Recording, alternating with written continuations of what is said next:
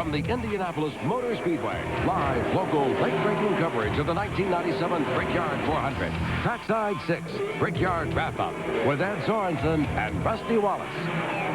Good evening, everybody, and welcome to our race wrap-up show for the 97 Brickyard 400. I'm Ed Sorensen, along with Rob Powers and Scott Hoke, reporting from the famous Yard of Bricks here at the Indianapolis Motor Speedway, where this afternoon, Ricky Rudd, something of a surprise, was the first driver to cross the Yard of Bricks and put his name in the record books as the winner of the 97 Brickyard. You know, Rob and Scott, the first 3 years of this race, some of the biggest names in the sport won. Gordon, Jeff Gordon, Dale Earnhardt, Dale Jarrett. But today, you get a winner who's more of a plugger. Sure, he's won 19 races now in a very successful Cup career, but he's never won more than 2 in any single season, and certainly nothing of the magnitude of the race he won today. In a sport on a whole that pits David against Goliath, David comes up big again today against all the Goliaths, and he gets the win today. And I think one thing that impressed me about this race, there was drama, there was a lot of strategy that came down to the end. When these guys were racing for the checkered flag, and even for position back in the field, they were going door to door, bumper to bumper, a lot of competition, and it was a thrilling show today.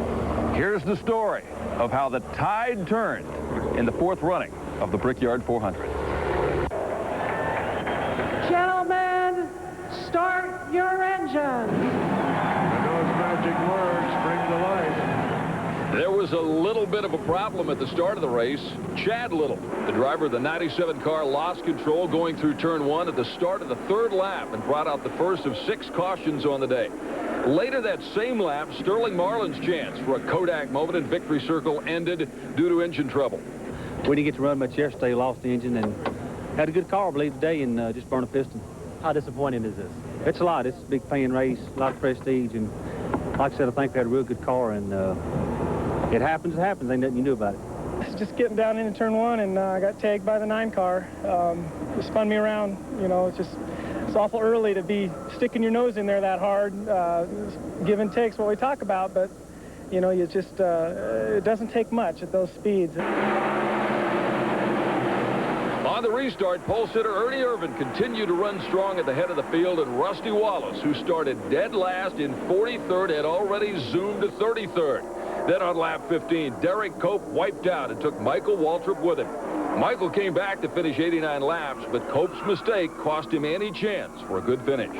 Poor judgment on my part, I guess. You know, I mean, what else can I say? Just, you know, on the restart, everybody just bunching up, you know, and I tore the nose up, you know, and the thing got hot. So we came in, you know, I was pushing the water out, and come in, we got back going. I saw, you know, Ernie go by, and I was just trying to get back out there in back of him, and, you know, the thing just wouldn't turn. I don't know what happened. Somebody spun out, and I didn't see it. Got in the back of Elliott, and somebody got in the back of me, and I hit the 36. It's kind of a bad day. Short and bad. Running good, though. The first 77 laps were dominated by the Robert Yates duo of Irvin and defending champion Dale Jarrett. Irvin led the first 39 laps, and DJ took over from lap 58 through 77. They seemed to have the field covered in their 4s, except for one man. Here came the boy king of NASCAR, the Rainbow Chevy of Hoosier hero Jeff Gordon. After starting 24th, the same spot Jarrett started from and winning a year ago, the Pittsboro Flash blitzed his way through the field and led for the first time 40 laps in. He led again on laps 78 through 80. His Hendrick Motorsports teammate, Terry Labonte, wasn't so fortunate, though. His engine let go on lap 83, and the defending Winston Series champ ended up finishing 40th. It's still a lot of races to go, and it's easy to lose that many points as we lost today and last week, too, and it's hard to make them back up. But we're a good team, and, you know, we just we'll have to come back and try harder and try to win some races. As this race reached the midway mark, it had become a battle between the Jeffs, Gordon in the 24 after his 8th win of the season and 2nd Brickyard title, and Burton in the Exide Batteries number 99 Ford. But Mark Martin was flying in his 6 car and looked like a threat until he nearly lost it here in traffic. He kept his Valvoline Ford off the wall, but the mistake dropped him from 3rd to 11th, and he never recovered. Yeah, I flubbed up. How so? I don't know. We had a shot to win it, but it just didn't work out. Rusty Wallace. Could he be in trouble a little bit? You betcha. Our boy Rusty dropped out 1 lap later when his engine blew on lap 91. We'll hear from our driver expert later on in the show.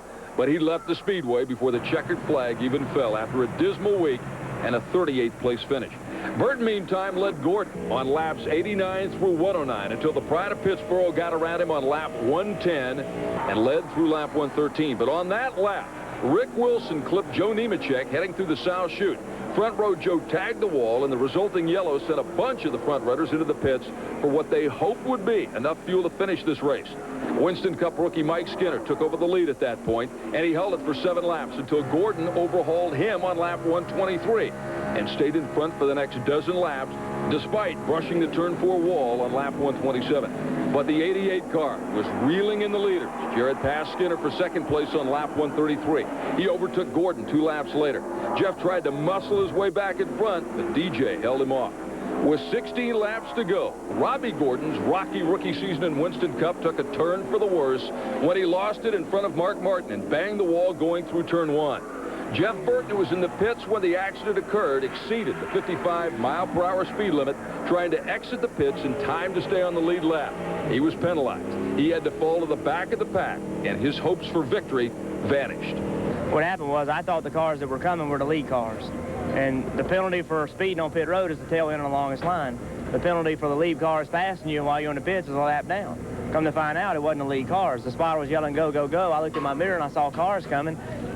Thought it was the lead cars. I took off. And here come the race leaders. At this point, the closing drama began. Most of the leaders dashed in for a last splash of Unical, but Ricky Rudd kept his number 10 Tide Ford on the track. Would he have enough fuel to finish? Did Jarrett and Gordon get enough on that last quick stop to get to the yard of bricks? The answer to both questions was yes. Thanks to his gamble and a couple of late cautions, Rudd was able to conserve fuel for 7 of the final 13 laps. Rich Bickles racked 6 laps from the end, set up a 3-lap dash for the biggest payday in NASCAR history, and Rudd was equal to the challenge. Bobby Labonte, who turned in a great drive after starting 25th, was the only man with a shot at overhauling the leader, but Tide Pride reigned when the checkered flag flew. Ricky Rudd wins the 4th Brickyard 400 in Indianapolis. We were concerned about fuel economy. We didn't know if we were going to make the race, finish the race or not. It was going to probably run out on the last lap potentially if those last 2 cautions hadn't come out. When the last one caution came out with 10 laps to go, that was we rested a little bit. We knew we could make it. To finish second here is awful great. You know, we're gaining on some places, and you know we didn't have the best race car today, but we're getting better, and you know, second place here is awful exciting, and you know, especially I've only seen the checker flag. I've seen the checker flag every time, but I never did see the leader. So this is the first time at least I saw the leader when I passed the start-finish line. So that's really big, and you know, the whole team is going to take this as a huge step into the rest of the season, I hope. We're thrilled with our guys, our whole team. We just, you sit here right now and you say very easy, we qualified 25th, we could have finished 25th, but now you're sitting here saying, gosh, we could have won the race, and I think that's natural. Well, the best car doesn't always win. We've had it quite a few times this year, but you know, Ricky got better fuel mileage. That enabled him to stay out when the rest of us pitted, he and Bobby Labonte, and it worked to their advantage. And you know, it's unfortunate for us, but good for Ricky. You know, he runs good, and he ran good all day long, and we did everything we could possibly do. It just wasn't in the cards today. That caution, you know, gave the race to Rudd. I mean, he had a strong car, but I still don't think he would have wanted it had they not had that last caution the way it worked out. I don't know why he could make it all the way and we couldn't. I thought my Chevrolet had good gas mileage, but we had a great race today, and we're pretty proud of ourselves. It's actually been a couple years since we've run competitive here. You know, guys, the incredible thing about Ricky Rudd, this is a guy who over the last 16 years has only failed to make the top 10 in the Winston Cup season-long points once. So he's had remarkable consistency, but with this one win today, he just surpasses everything cumulatively that he's done before. And in 4 years of the Brickyard, 4 good races, too. You know, Ricky Rudd actually thought he would end up in Indianapolis in an Indy car because he came here as a kid, drove some go-karts out on the west side at Raceway Park, took a bus tour when he was 12, and he thought, hey, I'm going to come here and race in an Indy car, but it certainly worked out a lot better for him in a stock car today. Yeah, and coming up next, Ricky Rudd will talk about that buried childhood memory as we go one-on-one with the 97 winner of the Brickyard 400. We'll be right back.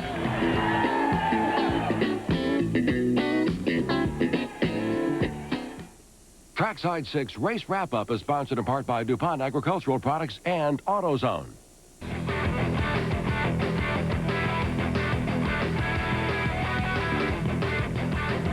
And welcome back, everybody, to our race wrap-up show for the 97 Brickyard 400. We are so pleased to be joined tonight by the 97 Brickyard 400 champion, Ricky Rudd. And Ricky, it's kind of hard to hide in that bright orange outfit, but now you're never going to be able to hide again after winning this one. Congratulations. Well, thank you very much. It's just an unbelievable day.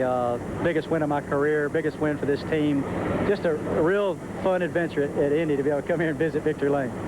Take us through those final laps, because it's always great to be leading there and knowing they got to catch you, but at the same time, I would think it's a little bit of pressure, in fact, a whole lot of pressure in a race of this magnitude when you know basically that if you keep it between the wall and the grass, you're going to win that sucker. Well, we didn't really know how it was going to shape up. We were going to end up fourth, maybe. Had the caution not come out with 10 laps to go. We were going to play the fuel mileage thing. We were going to win it anyway on fuel mileage had the cautions not come out. I say we would have won it. We were going to roll the dice. We didn't know for sure if we could make it or not. It looked like all the calculations in the pits. Jim Long, the crew chief, was saying, you're going to probably maybe won't make it. You're going to run out on the last lap, but we feel like we got to roll the dice. Then we had those cautions come out, and that just played right into our hand. And our tied Ford was very fast, but it needed to be out front. It needed clean air to be able to run very quick. When it got behind cars, it was 3/10 of a lap slower because the front end would push. So we got what we needed. We had track position, we got fuel mileage, but then the race was on. Forget everything that happened the first 150 laps. We had 5 laps to get it done. Tell us a little bit about the story, the anecdote you told in Victory Circle when you were talking to Speedway President Tony George. You've had dreams of racing and winning here long before you ever got in a Winston Cup car. Well, a lot of people don't know it. I've raced and won at Indianapolis. Got to go back to about 1971. I was about 11 or 12 years old, raced go-karts. I never really told anybody the difference, but we won at Indianapolis. It was at Indianapolis Raceway Park on the road course, and it was the national championships for the go-karts, and we won that year. But that year we had a lot of fun. We came into the Indy garage area. We took the tour bus and did everything that the tourists would do here, and enjoyed every minute of it. And I said right then, I'm going to be back. It's going to be in an Indy car. I don't know exactly when, but I'll be back. And when NASCAR was announced to be here, that was a great feeling. This has got to vindicate the decision you made 4 years ago to go out on your own. You were a driver for Rick Hendrick, and all of a sudden you went out on your own, and I bet you scrambled for a while, but you got to feel awfully good about that decision tonight. Well, it's coming together. You know, we're only as good as the people we hire and can assemble, and these guys are just formed a great race team. And, you know, the Hendricks operation is a good operation also, but this was just the right move for me, the right career move. I'm setting up for the day when I step out of the driver's seat, take over the ownership role, and the timing just sort of turned out that way. But, you know, Hendricks, they've gone on to have great success. We've had some success, so it's worked out good for everybody. Well, the day Ricky Rudd steps out of the driver's seat, whenever that comes, he'll step away with one title nobody can ever take away from this guy. The winner of the 1997 Brickyard 400. Congratulations again. Thanks for the visit. Thanks, Ed. Appreciate it. Okay, we'll take a quick break here, and when we come back, we'll hear from the rest of the top 10 in the 4th running of the Brickyard 400. Stay with us.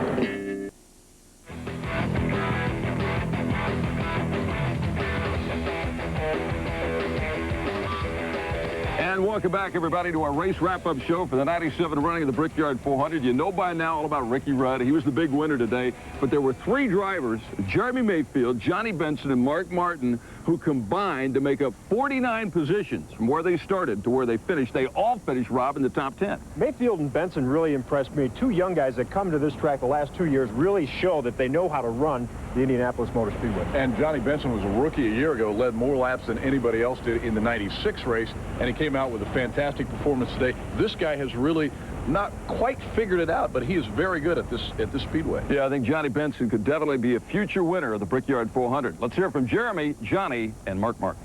You know, we were top 10 all day long, probably 7th, 8th, 9th, somewhere around there, and had a good car, just never could seem to get past that point in the last lap. You know, everybody, a couple holes opened up, and everybody went for it, and we come home, I guess, out of the good end of it. You know, we come home 5th, and just really exciting for me. It's probably my best finish here for the Canvas House team and Kmart and RC Cole. Wasn't any need for that last caution, but there was one. Cost us some spots, but, you know, we come from 30-something to 6th, had a chance at it, so what can I say? You know, we did our best I could.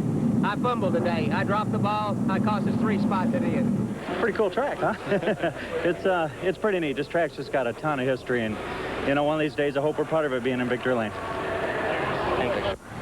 Jeff Burton's a guy who really had a chance today to do something that he might remember for the rest of his career, but he was tripped up when he exited the pits just a little too fast. You look at the top 10 in Winston Cup points, you see Jeff Burton's name up there. You might say, who is this guy? He wanted to make a name for himself again today. Just took off too fast out of the pits. That speed limit will get you every time, and it got Jeff Burton today.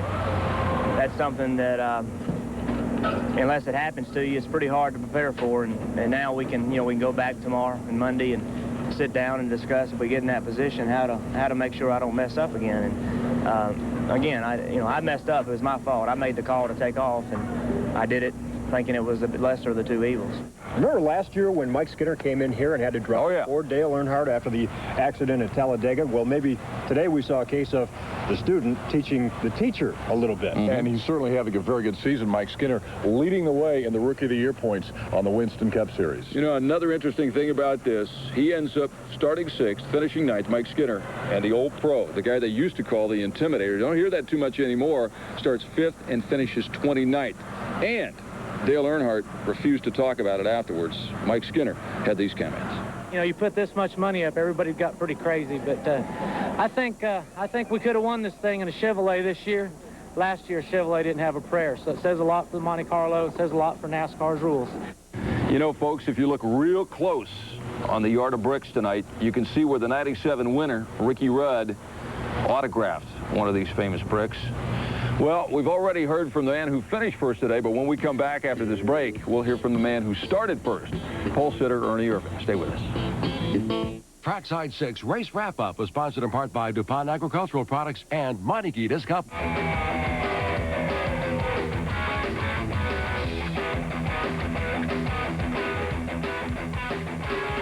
And welcome back, everybody, to the Indianapolis Motor Speedway. Ed Sorensen, along with Rob Powers and Scott Hoke, wrapping up our coverage of the '97 Brickyard 400. As wonderful a day as this will always be in the life of Ricky Rudd and that Tide team, it had to be such a crushing disappointment for Ernie Irvin and the guys behind that 28 car, because he had such high hopes. He's been through so much in the last 3 years, so much in the last couple of weeks, losing his job with Robert Yates Racing and his mom being in a coma in that North Carolina hospital. And after winning the pole, you kind of had to pull for this guy, that maybe there was one more miraculous win left for him here. I was thinking about this during the race. During the week, all leading up to this race, we had such inspirational stories about he and his team and his mother and the accident, everything. And then today just kind of went the other way. And for a while today, it actually looked like it might be a repeat of the duel between Ernie and Dale Jarrett from last year. And it was a very, very close battle between the two teammates, who will obviously be separated after this year. After the race, obviously, Ernie Irvin finishing 10th, a little bit disappointed. And as he has been most of this week, a man of very few words. Ernie, what was the difference in this day? What? What was the difference today?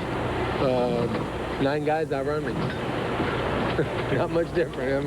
I mean, it's we had a car that was competitive to win at the beginning, but it wasn't handling it exactly right towards the end. And we can't get out of here without talking about our old buddy Rusty Wallace, who's done such a congenial job serving as our driver expert for our Brickyard coverage this week. Ernie Irvin's crushed, but so is Rusty, but for very different reasons. He came here with high hopes. He's run well here in the past, but that number 2 Miller Lite car, they are having some serious engine problems, and they continued this week. Rob, I know when you were in the Poconos with him a couple weeks ago, the same thing. The exact same thing. He had to take a provisional there. He had to take a provisional once he got here to Indianapolis. Same problems, pretty much the same result, too, on the track. And Rusty, after finishing way, way back in the field, he took off. He loves to fly his own planes. He was at the airport, I'm sure, before the checkered flag fell. You talked about being disappointed. Obviously, Rusty was crushed not to be able to be around for the finish of this race, perhaps a little embarrassed as well. Yeah, well, I caught up with Rusty in his gorgeous motorhome over here tonight on the Speedway, but like Scotty said, he was long gone from here before that checkered flag fell. Well, this is not where Rusty Wallace wanted to watch the end of this year's Brickyard 400 in the comfort of his beautiful trailer here on the grounds of the Indianapolis Motor Speedway on a color television set. Rusty, this whole week and this day just didn't pan out the way you guys had wanted. No, it sure didn't. I mean, I've been to some bad races in my life. I don't think I've ever went to a racetrack, but this was the worst week I think I've ever had. Really? Yeah, we blew engine after engine after engine, and then we had to use a provision to get in the race, which was real embarrassing. And then running subpar in the race and blew up. So, bad deal. before you did blow that engine, though, early on, you were able to make up some significant ground. Talk about that. You had to be feeling pretty good about that. Well, I was feeling pretty good to start the race. I told the guys, is this handling pretty good? I said, I'm pretty happy with it. We went from 43rd to 26 pretty quick. And then we had some pit stops, and I wanted to work on the car, and we fell back again. Then we made another pit stop and fell back again because we kept working on the car, using time up. But just about the time we're halfway through, I'm thinking I got a pretty good shot with the chassis program. Then it blows up again. So what exactly happened to put you out? Well, I'm pretty sure that we probably broke a connecting rod, because halfway down the back straightaway, it just let out this real wild shudder, and it grenaded pretty bad. So when that happens, 9 times out of 10, it's always a connecting rod caused by a bearing failure or something like that. What's it going to take for you to get this team back to the way it was in '89, back to the way it was in '93? I mean, is it a real reach to get back there, or is it just little things? No, it's a couple little things. It's going to be a change of leadership, probably. One of our, Don Miller, a great friend of mine, my best friend, and our team manager, he's going to be retiring in a little bit. But our weak link, I'll tell you right now, is the engine department. So we have got to work on getting that thing fixed. It's not that we got a lot of problems with everything else. It's really just the engines right now. I'm embarrassed. We've got everybody in the world here, Penske Truck Leasing, Detroit Diesel, people from Mobil and Miller and Fleetwood Motorhomes, and the list goes on, Bosch. And when you come with a big race like this and you look like a bunch of donkeys out there, it's not really a good feeling. But one thing I can tell them for sure, when we come back, this thing's going to fly next year, I promise. That Taurus we're going to have is going to really set sail. And now here's your order of finish for the '97 Brickyard 400. Of course, Ricky Rudd is your champion, earning $571,000 from a total purse of more than $4.9 million. Both the winner's share and the total purse, the most prize money in NASCAR history. Bobby Labonte starts 25th and finishes 2nd. Dale Jarrett 3rd. Jeff Gordon starts 24th, ends up 4th. What a run for the Pittsburgh flag. Jeremy Mayfield was 5th. Mark Martin comes from 31st to 6th, and Johnny Benson 20th to 7th. Bill Elliott is 8, Mike Skinner 9, Ernie Irvin 10, Ken Schrader 11, Lake Speed 12. Kyle Petty starts 39th and ends up 13th. Darrell Waltrip 14th place finish. Jeff Burton 15th. Ricky Craven starts 41st and finishes 16th. John Andretti goes from 35th at the start to 17th at the finish. Brett Bodine starts 42nd, ends up 18th. Ward Burton starts 36th, ends up 19th. Bobby Hamilton goes the other way, starts 12th, finishes 20th. Rick Wilson finishes 21st. Ron Barfield 22. Rick Mass 23. Jimmy Spencer, Mr. Excitement, ends up 24th. Jeff Green 25th. Steve Grissom, number 26. Ed Barrier, in only his 3rd Winston Cup race, his first Brickyard ever, finishes a respectable 27th. Robbie Gordon starts 11th, plummets to 28th. Dale Earnhardt goes from 5th to 29th. Kenny Wallace ends up 30th. Greg Sachs 31st. Joe Nemechek 32nd. Ted Musgrave 33. Rich Bickle 34. David Green 35. Wally Dallenbach Jr. 36th in the field. Jeff Purvis 37th. Rusty Wallace ends up 38th after starting dead last. Michael Waltrip goes from an 18th start to a 39th place finish. Terry Labonte 40. Derek Cope 41. Chad Little 42. And ended up last in this year's Brickyard, Sterling Marlin. But the undisputed king of the Brickyard for 1997 is Ricky Rudd, soon to be 41 years old, born in Chesapeake, Virginia, lives now in Cornelius, North Carolina. He and that number 10 Tide Ford team deserve our congratulations. They were the best at the Brickyard this year. For Rob Powers and Scott Hoke, I'm Ed Sorensen reporting. Good night, everybody, from the Indianapolis Motor Speedway.